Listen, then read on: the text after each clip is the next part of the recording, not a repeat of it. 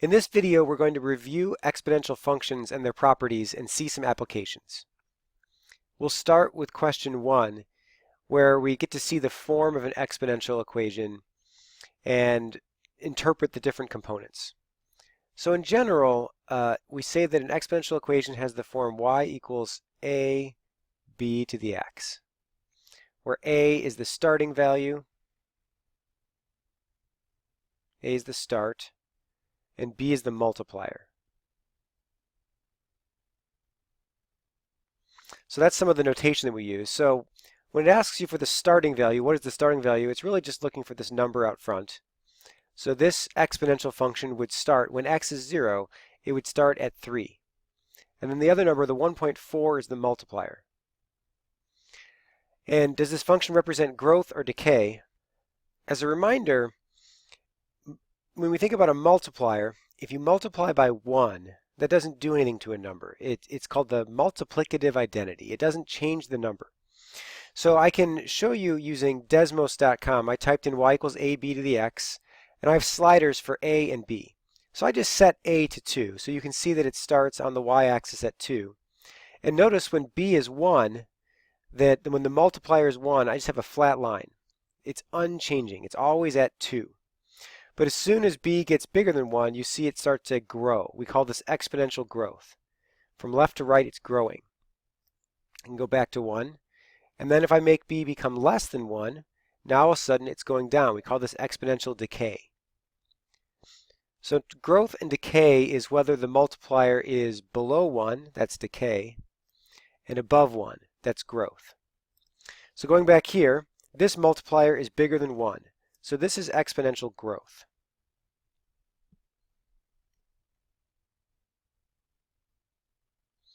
What is y when x is 3? Let's just use a calculator. This is saying plug in 3 for x.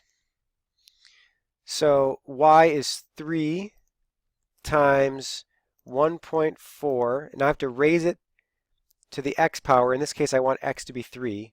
So I'm going to raise it to the third power. Right here is the exponent button. On most calculators, this is called a caret. It's the exponent button. And I hit enter, and I get 8.232.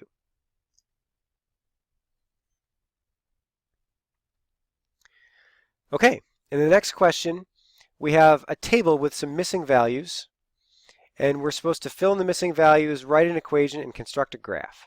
So those are the directions. So I'm going to zero in on this table on a spot where I have 2 consecutive numbers. In the next example, we won't even have that. We'll figure out how to deal with that. But I know that in this direction, exponential relationships, when x changes by 1, y is affected by the multiplier. So this is going to be times the multiplier, whatever the multiplier is. And I like to say that if it's multiplying this way, I can find the multiplier. If it's multiplication going down the table, then it's dividing going up the table. So I'm going to take my calculator again, and I'm going to, instead of multiplying these, I'm going to divide this. So 65.61, 65.61, and I'm going to divide it by 72.9, and I get 0.9. My multiplier is 0.9. So I can go over here, and instead of saying times b, now I can just say times 0.9, because I figured it out. 0.9.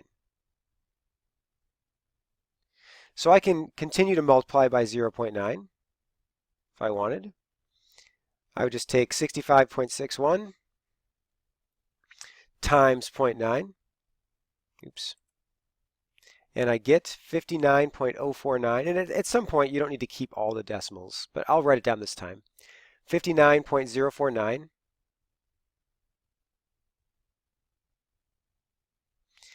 And then I want that times 0.9 again, so I'm just going to hit times 0.9. And we get 53.1441. 53.1441. Well, what about these? There's missing blanks up here. So if it's multiplying by 0.9 going this way, it'll be dividing by 0.9 to go up. So 72.9 divided by 0.9, I get 81. Then I can just hit divide by 0.9. and I get 90. I already knew that, but that's just confirming that it's correct. One more, divide by 0.9, and I get 100. So this table started with 100,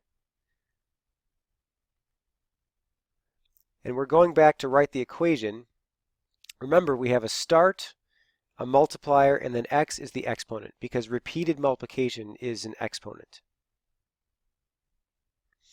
My multiplier is 0.9.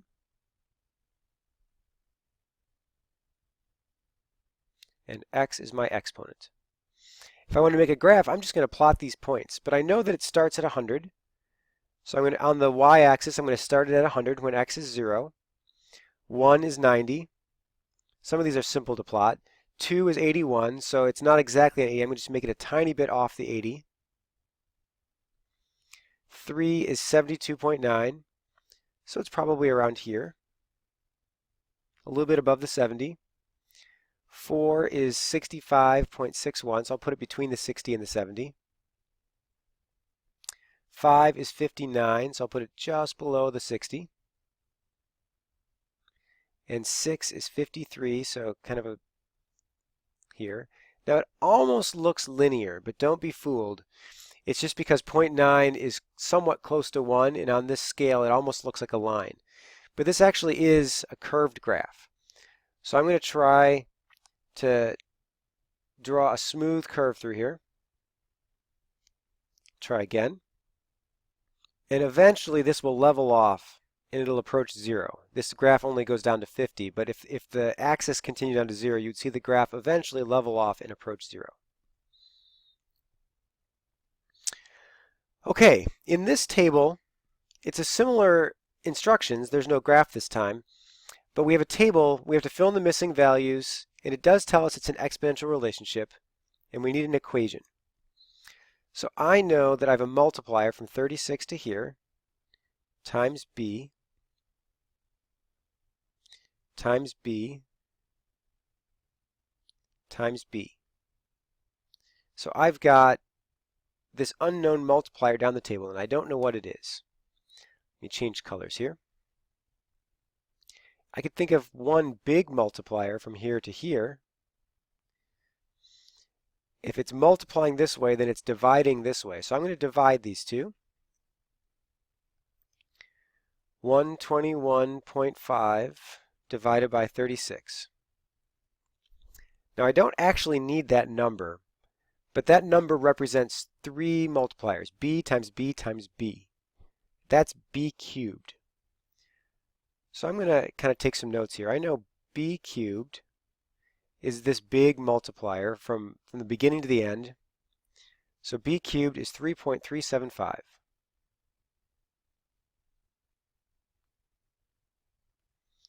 The one big multiplier is 3.375, but really it's 3 b's. It's b cubed. So in order to undo the cube, we could cube root, or we've been using fractional exponents. So I'm going to write 3.375. I'm going to raise it to the 1/3 power. And it kind of actually makes sense. It's like taking this one jump and splitting it into 3 jumps. So a 1/3 power kind of makes sense. So I'm going to take that, 3.375, and raise it to the 1/3 power. You might need to use parentheses if you don't have a calculator that automatically keeps the exponent like this. You could do parentheses 1 divided by 3 and close parentheses. And I get 1.5. Apparently my multiplier is 1.5. Let's prove it to ourselves. So I'm going to start with 36 and multiply by 1.5. That would get me 54. Do it again, and I would get 81. Do it again, and I get 121.5. So that confirms that I've got it right. So I went from 36 to 54 to 81 to 121.5, and I could keep going. 182.25. And then again, if you want to go up the table, we're going to divide by the multiplier. So I'm going to write this down. This was 1.5, just so I don't forget. Because now I want to divide by 1.5.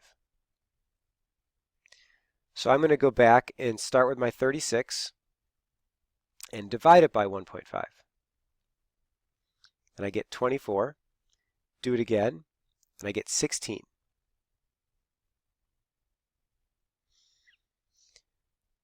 So now my equation has a starting value. That's always the value of y when x is 0. So I'm starting at 16.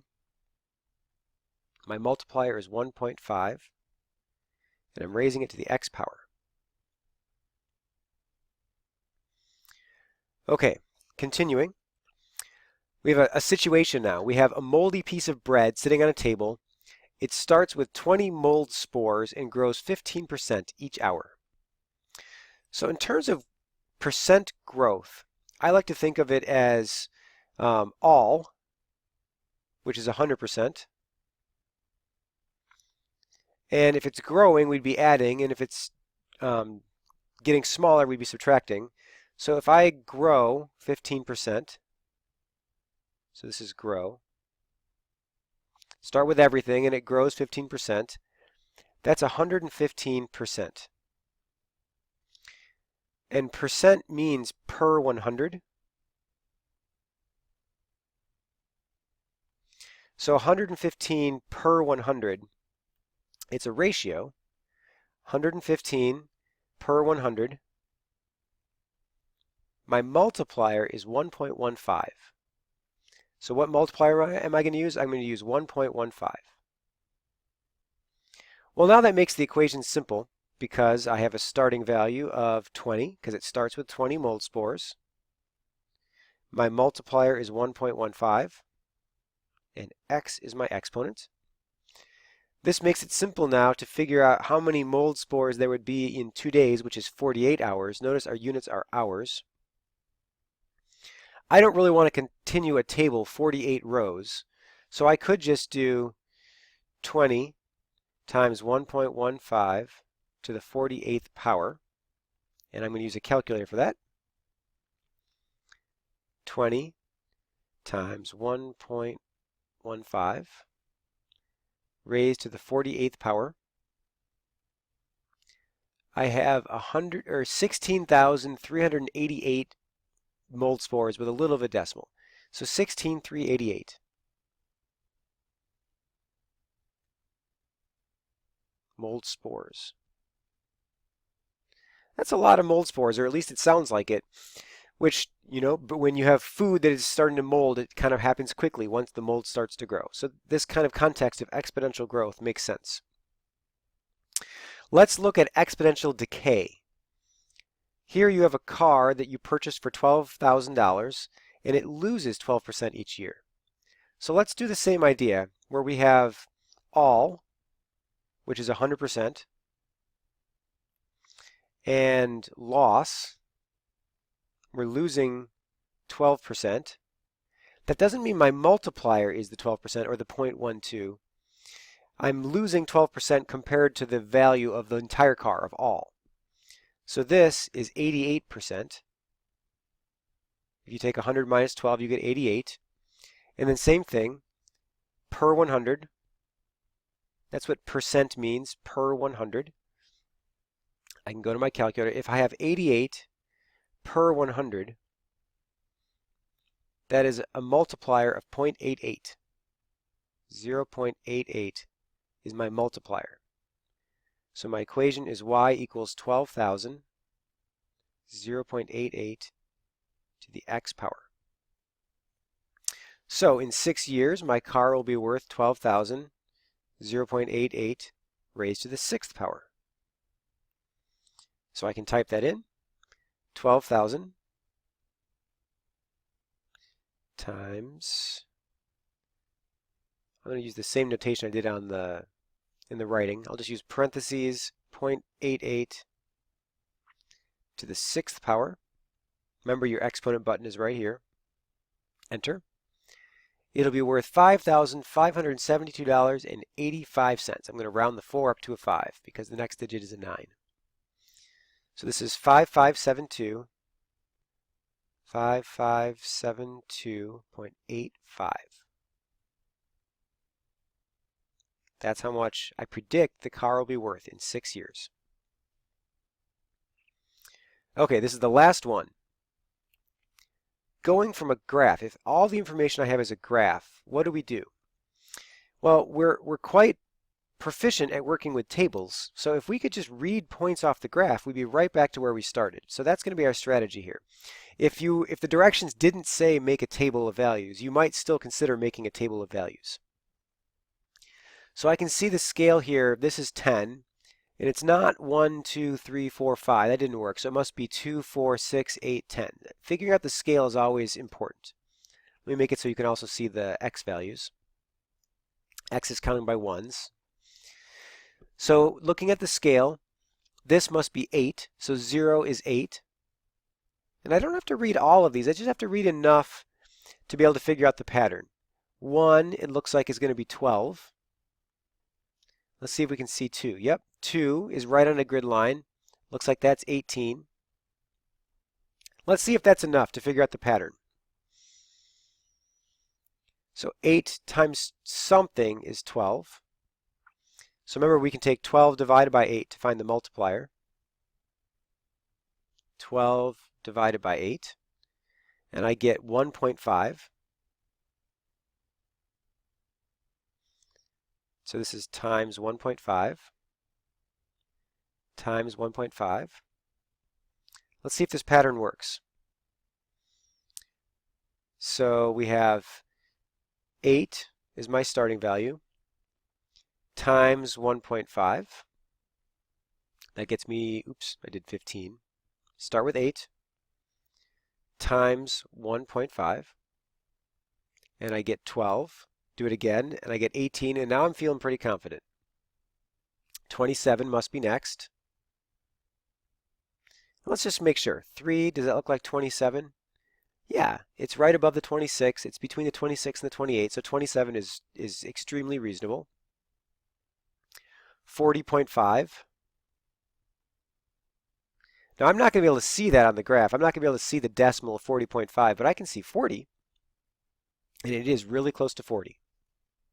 But being precise, I'm using my multiplier now that I figured out the pattern. I have 60.75 and 91.125. So 60.75 and 91.125. And my equation is going to be y equals, my start was 8. My multiplier is 1.5, and x is my exponent.